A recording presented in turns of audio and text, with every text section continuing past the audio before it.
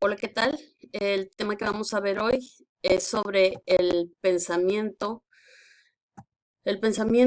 lógico matemático en niños de preescolar.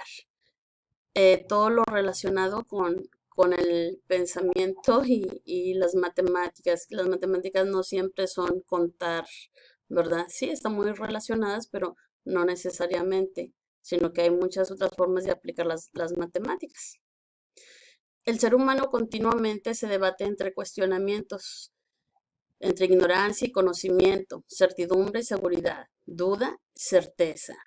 Todos esos y muchos más son cuestionamientos que nos hacemos día con día. ¿Qué camino tomar? Derecha, izquierda, ¿para dónde ir? Y todos esos cuestionamientos que nos ocasionan dudas también nos ayudan para que surjan ideas y tomemos decisiones en cuanto a cómo vamos a actuar. Las neuronas están de variadas formas y la información viaja a través de ellas a distintas velocidades. Por ello, a veces se puede acceder a algo almacenado en el cerebro rápidamente y en otras ocasiones se necesita más tiempo para recordar. Yo creo nos ha pasado infinidad de veces que nos preguntan algo e inmediatamente recordamos, sí, sí, yo sé. En otras ocasiones, ¿no? Nos preguntan algo y es que yo ya lo había visto. En alguna parte lo vi. O ya me lo habían dicho, pero ay, es que ahorita no me acuerdo, no me acuerdo. Lo tengo en la punta de la lengua y no me sale. Bueno, también muchas veces es ocasionado por la edad. A medida que avanza la edad, también se van olvidando algunos recuerdos, pero pues yo creo últimamente nos pasa más que hasta las llaves se nos pierden, ¿verdad? En el cerebro se guardan los pensamientos, las dudas, las ideas, las soluciones y decisiones a tomar. Todo ello lo vamos guardando en el cerebro y nos ayuda, como veíamos hace ratito, a tomar decisiones, perdón, a tener ideas para tomar decisiones y llegar a una solución de determinado problema. En las etapas del pensamiento lógico matemático, según la teoría de Jean Piaget, nos decía que el conocimiento físico, que es el que se adquiere por medio de la manipulación de objetos, y el conocimiento lógico matemático, que nos dice que la fuente está en el sujeto y se construye por abstracción reflexiva, los dos constituyen lo que es el conocimiento social. Y de allí tenemos lo que es el conocimiento, el convencional y el no convencional. El convencional es el producto del consenso del grupo social y el no convencional es las representaciones sociales de grupos. Luego vemos lo que es la inteligencia y el pensamiento. Nos pregunta aquí, ¿es lo mismo? Ahorita vamos a ver lo que es. La inteligencia es la capacidad de relacionar conocimientos que se poseen para resolver una determinada situación. Nos ha tocado muchas veces ver que hay personas que no tienen estudios, que no tienen alguna preparación académica y sin embargo decimos la palabra, hombre, es bien listo. ¿Por qué? Porque sabe afrontar los problemas de la vida, sabe salir adelante de alguna situación. Decimos, es bien lista esa persona en vez de utilizar la palabra inteligencia, decimos, es bien listo para decir que esa persona desarrolla su capacidad que tiene, ¿verdad? Y puede resolver las situaciones que se le presentan. Por el contrario, ya sabemos, hay personas que no importa si tengan doctorado, si tengan maestría, si tengan cualquier tipo de preparación académica, y con todo y eso, si de repente se le presenta algún problema, no sabe ni cómo actuar. ¿Por qué? Porque únicamente sabe conocimiento del que está en los libros. Ese tipo de conocimiento, más no en cuanto a resolver situaciones que se presentan día con día. Y el pensamiento abarca el conjunto de operaciones de la razón, como el análisis, la síntesis, la comparación, la generalización y la abstracción, y se manifiesta en el lenguaje, incluso lo determina. Por esta razón, la inteligencia y el pensamiento no es lo mismo. Existe la inteligencia antes que el lenguaje, pero no puede darse un pensamiento sin el lenguaje.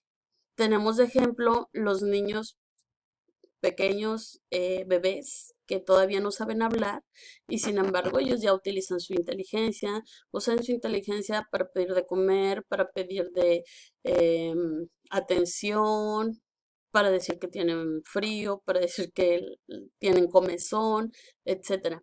Lo van diciendo a través de señales, por ejemplo, el llanto, es muy distinto el llanto, las mamás tienen que saber reconocer cuál es el llanto del bebé cuando tiene hambre, cuando le duele algo, cuando solo quiere estar molestando, también, porque también lo hay, o cuando realmente le pasa algo grave, ¿verdad?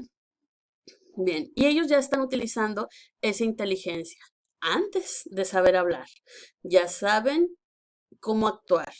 Y lo saben tanto que incluso hay muchas mamás, ¿verdad? Por ahí dicen, ay, es que nomás espera que me sienta a comer y empieza a llorar. O sea, no puedo ni comer a gusto porque no. Y todo eso, los bebés lo manipulan. Los bebés manipulan a los papás.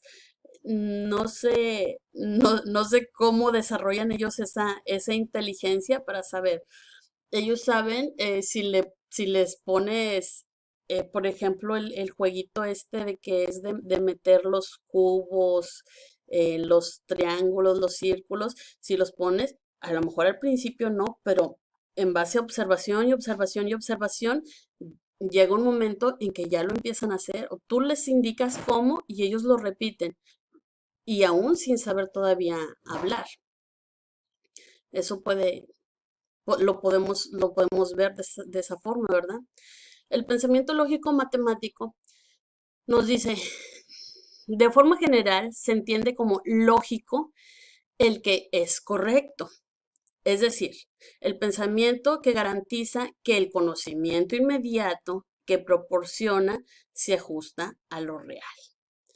La estructura del pensamiento desde el punto de vista de su corrección es a lo que se determina como las formas lógicas del pensamiento. O sea, si nosotros le decimos a un niño de preescolar, este, ya le enseñamos, por ejemplo, las formas geométricas o los colores, los números, no sé, ya lo que depende del grado en el que esté el niño. Le decimos, ¿cuánto es 1 más 1? Y el niño dice, 3. Entonces uno dice, oye, pues no está utilizando el pensamiento, porque eso yo ya se lo había dicho y no lo recuerda, o más bien no se está ajustando a lo que conocemos como real. No es correcto su respuesta, entonces quiere decir que este niño no está dentro de lo que se supone normal, ¿verdad? En cambio, cuando un niño le preguntas cuánto es 1 más 1 y él te contesta 2, entonces ya dices, ah, ok, entonces sí está utilizando su pensamiento lógico matemático. ¿Por qué? Porque es correcto lo que está diciendo. Nos dice que ya adquirió el conocimiento de lo que le enseñamos y se está ajustando a lo que es real, según de acuerdo a lo que se ve, ¿verdad? Sin embargo, bueno, hay muchas variaciones y, por ejemplo, si yo le digo a un niño, yo como maestro le digo a un niño, ten este dibujo, coloréamelo. Y el niño colorea las flores negras, por ejemplo, y entonces uno como maestra va y le, no, discúlpame, pero no hay flores negras. ¿O a poco tú has visto flores negras? ¿Verdad que no has visto flores negras? Entonces no existen, entonces no son real, no las puedes colorear negras. Vuélvelo a hacer. y ya. Hay muchos otros colores, mira, tienen muchos otros colores. La puedes pintar rosa, roja, amarilla, blanca, etcétera, no sé. Y le da a uno las opciones, ¿verdad? Bueno, ahí ok, uno está enseñándole, pero también muchas veces uno está limitando su creatividad, la creatividad del niño. O sea, no lo está dejando que el niño se exprese pues lo que él siente, lo que él trae, ¿verdad? Sino que uno le está cortando de tajo las alas, como quien lo dice, para que piense tal cual nosotros queremos que piense. En las formas fundamentales del pensamiento tenemos lo que es, son tres formas, el concepto, el juicio y el razonamiento. En el concepto tenemos lo que es el reflejo en la conciencia del hombre de la realidad objetiva. En el juicio, el pensamiento en el que se afirma o se niega algo. Y en el razonamiento nos dice que mediante el cual se obtiene nuevos juicios a partir de algo ya conocido. En el desarrollo del pensamiento, ay, se me fue, a ver, se fue para otro lado. Vamos a ver. Aquí en el desarrollo del pensamiento lógico-matemático, nos dice que los niños aprenden el pensamiento lógico matemático al interaccionar con los objetos a su alrededor. Se debe de buscar actividades de acuerdo con las técnicas atractivas para que los niños descubran e interactúen con las matemáticas de forma lúdica, atractiva y divertida. Aquí tenemos los niños armando un rompecabezas, aquí con cubos, armando cubos, con el ábaco, otros haciendo fórmulas matemáticas, escribiendo. Aquí más abajito tenemos lo que es armando formas geométricas, ¿verdad? Y acá tenemos un niño que está pensando en ya un poquito de matemáticas más avanzadas, ¿verdad? Lo que es ya problemas ya más elaborados. Tenemos aquí la balanza, el contar, problemas de razonados, etcétera. Bien, luego tenemos lo que son los propósitos generales, de acuerdo al plan de educación, y es concebir, adquirir y desarrollar. Y en los propósitos por nivel educativo tenemos los propósitos para la educación preescolar, que es usar, comprender y razonar. Nos dicen usar que el razonamiento matemático en situaciones diversas que demandan utilizar el conteo y los primeros números, el comprender las relaciones entre los datos de un problema y usar procedimientos propios para resolverlos, y en razonar para reconocer atributos y comparar, medir la longitud de objetos y la capacidad de recipientes, así como para reconocer el orden temporal de diferentes sucesos y ubicar objetos en el espacio.